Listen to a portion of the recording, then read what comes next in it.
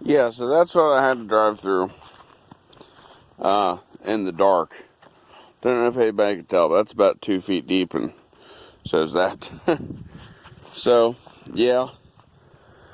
Really not sure how I'm supposed to get it through here to get the rest of those beans over there.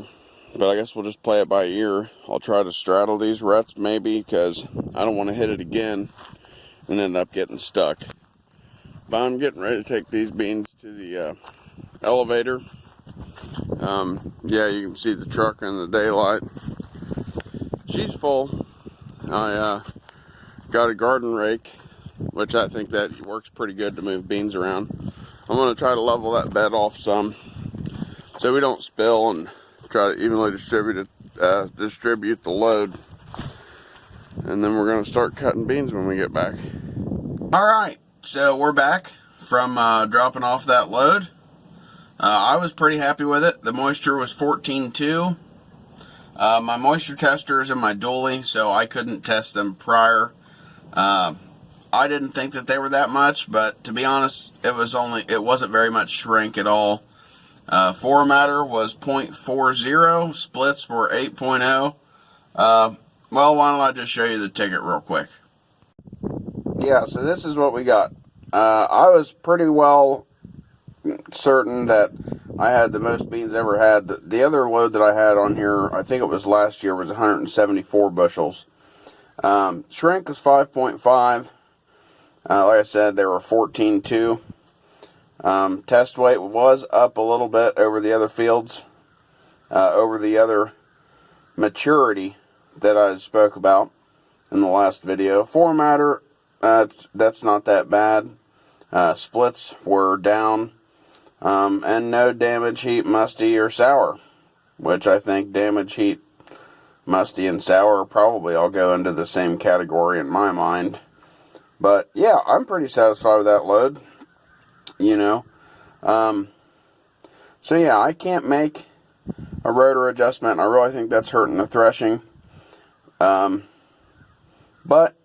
I got the concave set. To be honest, as soon as I started treating this thing like the 1400, the beans got better. And I think without a rotor adjustment, when the beans were wetter, because the last load that got taken in was like 18%.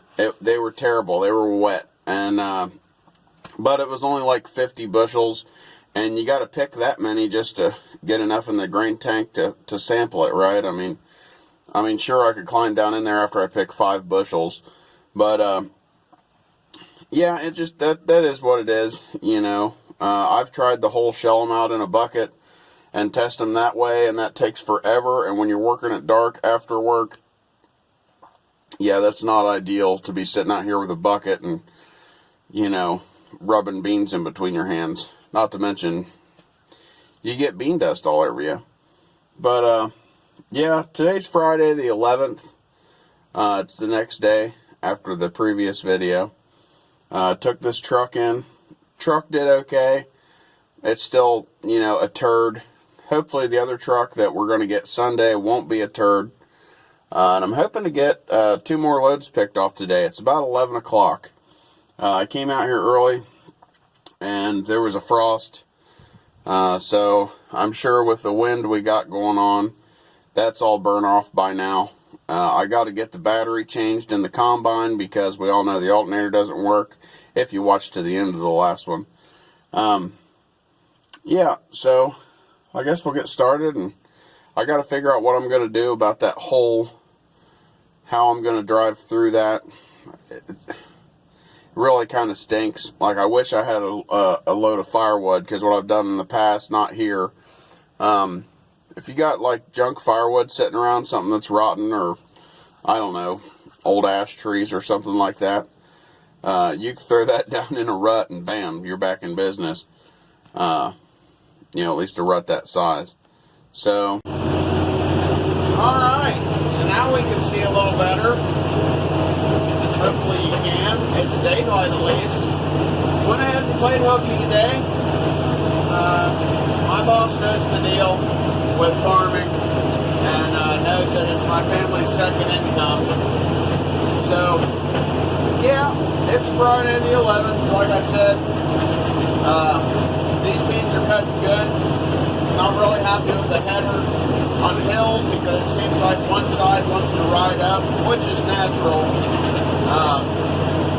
But I kind of have to ride the hills just going one direction. But yeah, there's all the beans I've got done. Obviously I didn't do it a while back, but I just did that piece in front of us and on the other side of that patch. I'm going to have to leave these valleys until the ground's froze. Sucks. I mean, I could get down in there, but for right now, I want to get while the get's good and not ruin my time I'm having. You know, I took a day off work to do this. I can mess with those on a weekend when it's frozen, if it freezes, right? But the sample looks good. There is some stuff in it, but anytime you have a thresher running empty, it does that. You know, I'm sure you all know that. Better watch where I'm going here. Got a cloud of dust over there. I don't know if you can see that maybe. So they're dry. Like I said, the load I took in was 14.2, and I'm satisfied. These beans seem to be yielding good. Like I said, won't know until it's all done, obviously. But as Jacob calls it, you know, the yield monitor's checking out. I thought that was hilarious when he said that. If you guys watch Bane Farm. But that's fine by now. It's hot. I have my window open, and I'm regretting it because, well, I'm just full of dust. My forehead's itching. You get bean dust on a sticky, sweaty forehead.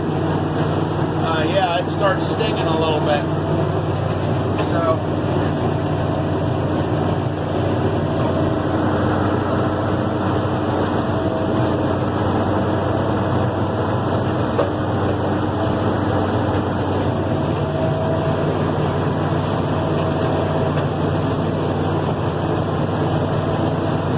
I've already got one load off these two center pieces I showed you. That tank is already put in the truck, so I gotta hurry up and get this picked so my driver, which is the landowner, can take them. And I'm not gonna overload him like the load I took this morning. I'd be fine if, well, I tell you, when he fed up the engine and caused that ticking to start happening, like I was talking about in previous videos, that was when he had 141 bushels, so I don't want to load him down any worse than that. And I talked to him and told him how to use the 2-speed axle. You know, but what happened is he went to go up the Georgetown Hill, if anybody knows where that's at, Georgetown, Ohio. He went to go up, and he downshifted into third and over-revved it. I said, well, you don't have to do that. You got a half a gear. And he didn't understand what I was talking about. I told him, I said, well, the whole purpose of a 2-speed rear end is it turns your 4-speed into an 8-speed, your 5-speed into a 10-speed, and so on. And I told him that right there on the sun visor, you can read it while you're driving, is the directions on how to use that 2-speed. I said, yeah, when I took that big load up earlier, I just downshifted the rear axle and made it almost all the way up the hill before I had to downshift into third. And of course, before you downshift into third, you put the rear axle back in high range. You know, that's 3 gears, you know, and that keeps you from over revving and popping my damn engine, you know.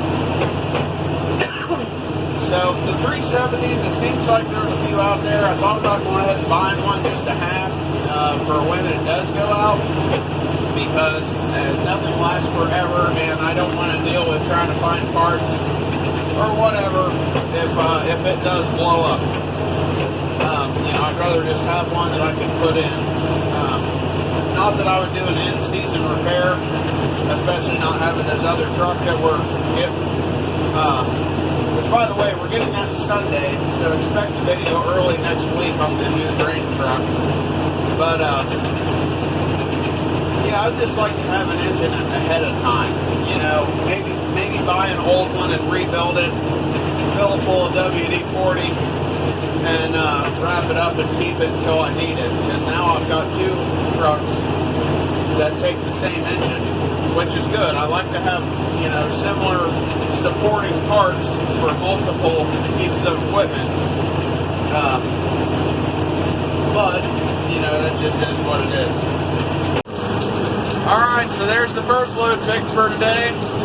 Not as full as the last one, but like I said, I'm not going to send them like that. So now I've got to figure out how in the heck to get around this. And then, I don't know, I'm glad I'm empty, that's for sure. Yeah, I guess we'll just ride it out. See how it goes. Oh yeah, combining some bleeds there. Over on its side, yep, we're on a flip now. Okay, good. I definitely would not do that full. What I'll probably have to do is move the grain drill and bring the grain truck up into this field because I can't fit the header through that gate. I could the other one, but not this 15-foot, there's no way.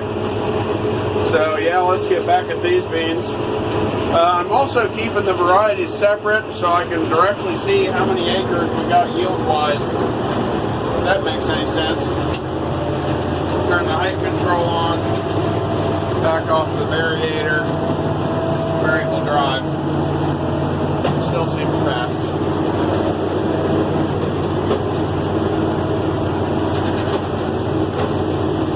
Oh yeah. Alright, now we're in a straight line and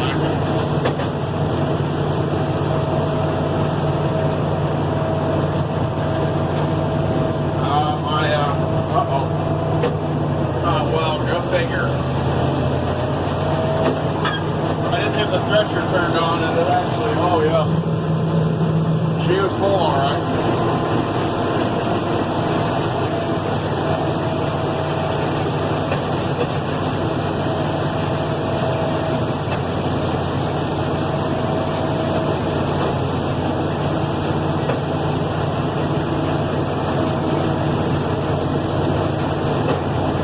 Alright, well I guess I'm going to pick in this field for a while and we'll pick back up with you here in just a second. Yeah, so you can see over there on the right side of my machine, for your center screen, there's drag up marks. That's what I was talking about, where when the header height control starts to act up, you know, it starts dragging up. And that clunking you're hearing every now and then, like that, that is the header height control moving the head up and down. You can see up here where I stopped and had to limp back in the dark. But, you know, the beans are coming in and we're happy about it. Another thing about these taller beans, with this combine in particular, that corner you're looking at, in the short beans, there's a little gap down in there. You kind of see some beans stuck in it, just a few. In the short beans, it would plug up there so bad it's not funny. But it's like the taller ones, well, when they fall off, when they fall over from cutting, the top of the bean plant doesn't get stuck in that. So that's a good thing. I'm really full. For some reason, the damn landowner still hasn't got out and taken my truck over there. So I guess what I'm going to do is fill this combine all the way to the brim, drive the truck myself, come back, unload the combine, and then drive it again myself.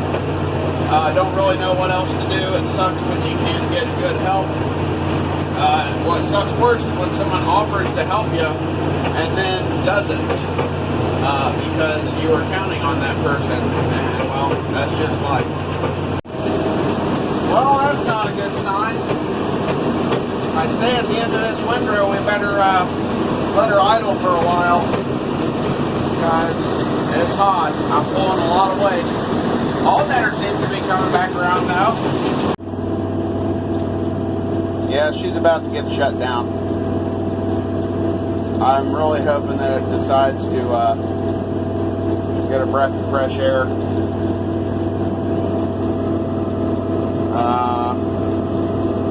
looks like it may be going down. It was pegged. So now I've got the engine RPM up, no load, trying to get as much wind through the radiator as I can. Might need to blow the radiator out. So I guess that means it's time to go take that grain truck and let this thing cool off. Oh yeah, just what a good day. Was doing good. It's probably just because I'm having to lug around so much weight because my grain truck still hasn't been taken. So, I'm gonna make sure it's not on fire. Pretty sure it's just steam. Yeah, you just watched me do a 360 in confusion. Oh, shit. Yeah, it's just the overflow tube. I got my wife bringing me the leaf blower so I can clean out the radiator. Sucks though, because now with all that sticky coolant on my radiator screen, it's probably going to make dust stick to it even bad.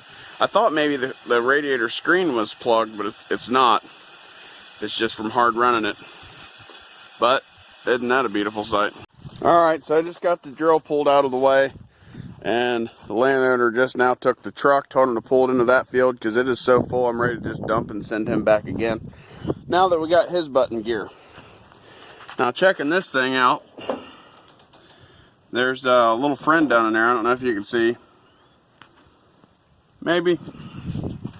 And then I thought, well, let's see what happened inside the box. Oh, huh. Well, we've got gray mice inside the grain tank and brown mice in the grass seed box. Sure aren't scared, are they? Yeah, gray mice are the nasty ones. Nobody knows. Get out of there so I can shut the lid. Dummy. Anyways, that's our farm animal tour. So, yeah, I don't know. Guess it is what it is. It's what happens when you leave beans in. I tell my wife to clean them out. That's nasty stuff right there. But, oh well. And to be honest, I really expected a lot more mice. There was 2 field mice and 2 gray mice. I guess, you know. Why they're segregated, no idea. Why there's gray mice, I don't know. Because gray mice are the ones that are typically in the cities, and they're the ones that carry the diseases. Field mice are brown, their eyes are a lot bigger for like seeing at night and stuff like that.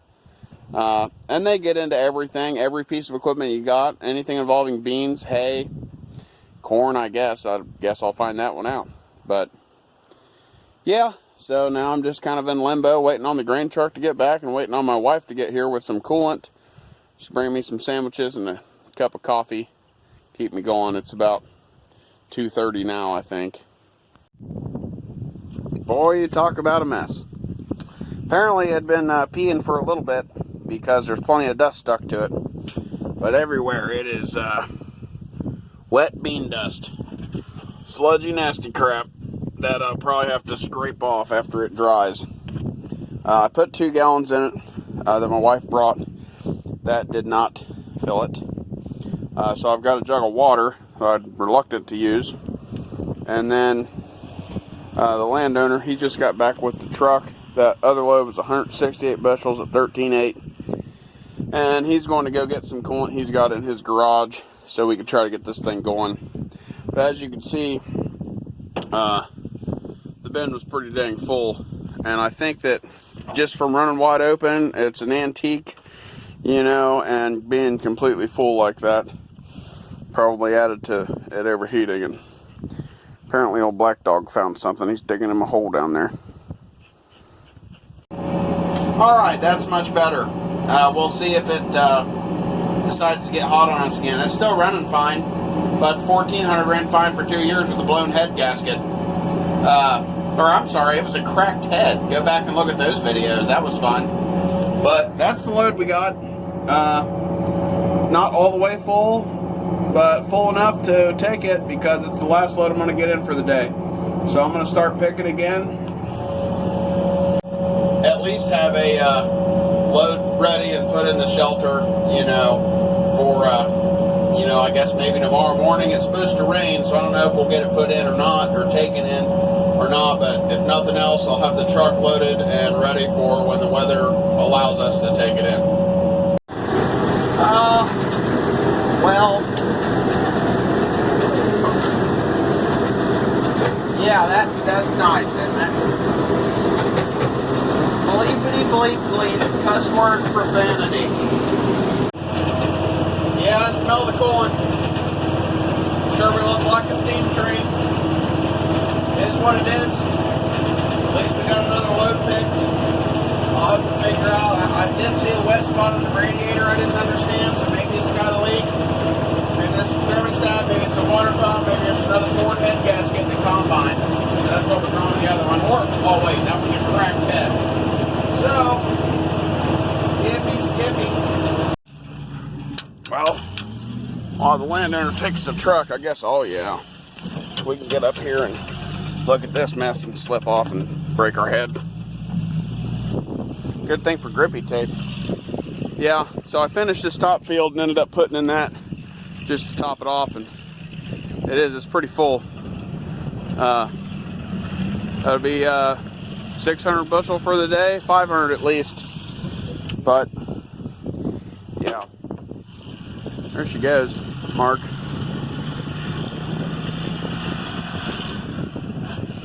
Purring like a kitten. Purrs like an alley cat. I don't know about a kitten. Hisses at you some. This thing's definitely hissing. And if you look, I got a bad water pump. You can see the steam coming out of that, can't you? Great. So, hold on for the weird camera angle. Yeah, my water pump's screwed. Look at it. It's steaming right out of my water pump. Let me get all dirty here and make sure it's not this hose. Oh, thank goodness. Did you see that? Now hang on a second.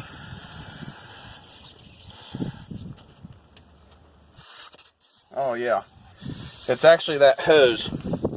Thank the Lord, because that means that I can cut that thing off of there. I thought it was the water pump. You did too, right? It looked like it was, but it was actually that hose has rubbed that water pump pulley, which explains why you can see the yellow paint on the inner rib. All the dirt's wore off. So I'm gonna have to let this thing cool off. I think honestly I can just cut that hose and it only goes to right there and it's split right there. So I'm gonna let this thing cool off and not stay up here and get all sticky and nasty, and we'll go from there. Oh, wait a second. I don't know if you guys will be able to see it or not. I just heard it. Wipe your camera off. Yeah, if I had the GoPro. I tried to use the GoPro today, and I think my wife took it out of the truck. Hey, excuse me. Yeah, we're not going to get to see him. But, oh, damn it, now he goes by. Well, I was trying to get you a picture of the grain truck off in the distance, but too late. I think my wife took the GoPro out of the truck, probably to charge it. She doesn't use it for anything, but just knowing her, she's a good wife, you know, so she does stuff like that. She'll be like, oh, we'll make sure his stuff's charged, or if she sees me leave a hat laying out, toboggan, like Brian's farming videos. I don't know if you guys watch them people or not. I watch a lot of farming YouTube, but he said toboggan about his beanie hat or sock cap, whatever. Yeah, Southern Ohio, it's a toboggan. But my wife will pick that kind of stuff up and, you know, always take care of me and make sure that, you know, I'm not making a fool of myself. Sadly, though, she doesn't control my YouTube channel. On another note, last few passes before it overheated and all the time while, you know, I just ran again, this side of the combine's dragging up. Now, don't be fooled by the shape of that pan, because it actually is taller right there than the rest of them. But you can kind of see I'm drooping, and the droop was always there, which is okay. The middle being up a little bit, that's fine. But this side's dragging up. I'm looking at it, and I'm trying to figure out why. And I don't really see anything. I mean, there's plenty of bent stuff, and you know, maybe this foot here, the auto header height, maybe that's bent somehow. It looks like it might be a little closer down there to that one. So, I don't know. I do know that before I ever ran, I came back here, and this one was wedged sideways, which it's not wedged sideways again. This bar being bent up, this bar here being bent up like that, will cause that to happen. But I don't know if that's all my problem or not. I guess I can stick a pry bar in here. Maybe try adjusting on it. Alright, just like that, we're done for the day. I'm home. I'm a little tired. Worked, till like 9:30 last night. Didn't get home until after 10, I think. We hauled in 517 bushels today. That's the most we've ever hauled in a day, and I think that's the most I've ever picked in a day. So, now 174 of that was picked last night, but still, that's 300 something bushels or whatever the math is. I'd say we had a good day. I couldn't fix I could have fixed the coolant leak, but I had to wait for the grain truck to get back because it had my tool bag in it. And by the time he got back, it was dark. And when he was gone, I went to the gas station, and they only had 2 gallons of coolant. So I would have to drive a half an hour away to go get coolant. And I just wasn't going to do that. I think we did a good enough job today. It's not going to take long to fix. So, with that being said, if you watch to the end, I appreciate it. If you like what you see, give me the thumbs up. And coming back for more, we've got probably 10 acres left, maybe 12. I don't know. Enough, for us. It takes forever to get 5 cut. But we're getting there, slowly but surely. Thanks.